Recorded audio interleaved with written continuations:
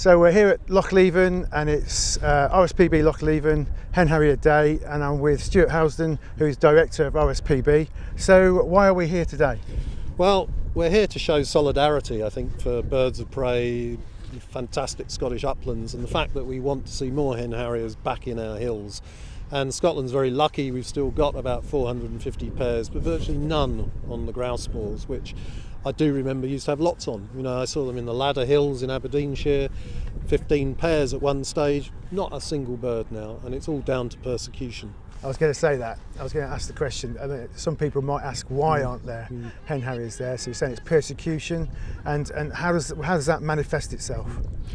Well, I mean, what we're seeing is a really determined effort by some in the sport shooting community to try and rid the hills, the grouse moors, the driven grouse moors especially, of birds of prey which compete, as they see it, with the gun.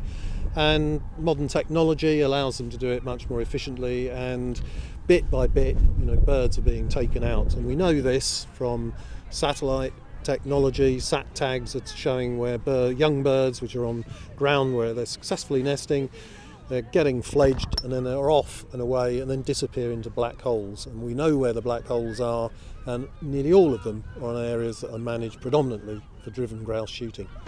So what are RSPB and others doing to try and combat this raptor persecution?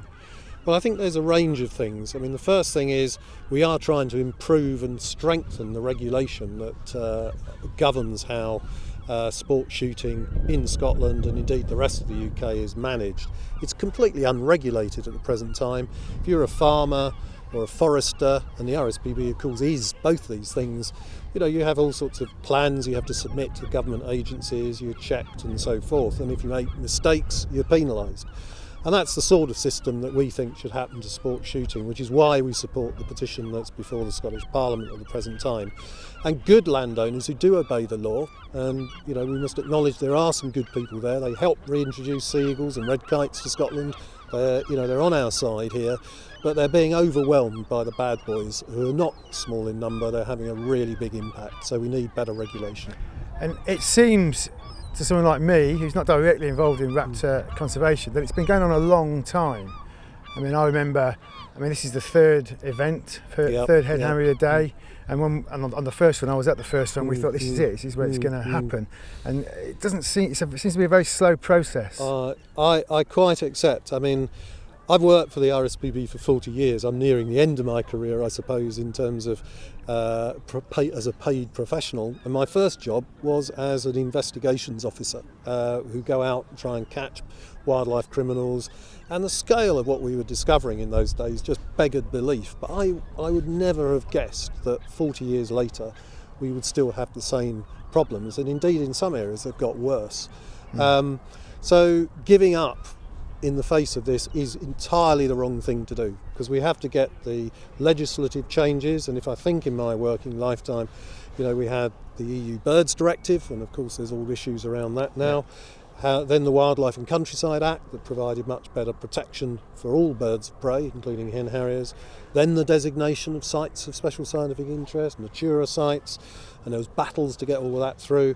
Then policies to protect birds of prey in forestry, planning, all those sorts of things all have to be fought for. And the last vestige, which we haven't cracked, is the sort of sport management area.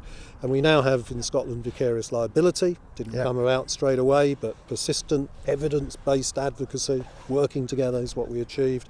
And we're confident, if not, you know, immediately, we will get, you know, in 3, 4, 5 years' time, better regulation. That's what we've got to do. If we give up, we'll be lost. So working together, keeping firm, keep producing the evidence, keep advocating it effectively. So basically keep up the pressure. Absolutely. And it's got to be evidence-based pressure. I mean, science-based, you know, evidence-based. It's science and data and evidence. You know, people will assert all sorts of things, but if you've got the facts and you know, you understand the science and you understand the impacts, slowly but surely you make progress. And that's the strength of our call, because we know what we're doing, we know what's happening out there, and by working together we can do that even faster. Yeah, and events like this are really important as well. Absolutely. For raising awareness. Absolutely, and each person here has got friends and neighbours and people who can't be here, but they can talk to them and spread the word. getting people engaged, telling people what to do if they find anything suspicious in the countryside, passing it on, gathering that data, and also just going to see the MPs and MSPs and saying it's a matter of concern to them. You don't need to be an expert, it's easy. And if we don't do it, certainly you can be rest assured that there's all sorts of lobbyists acting for the sport community doing it right now. We have to do the same, and it's ordinary people that will make a difference. So basically your message is keep the pressure up and keep on going.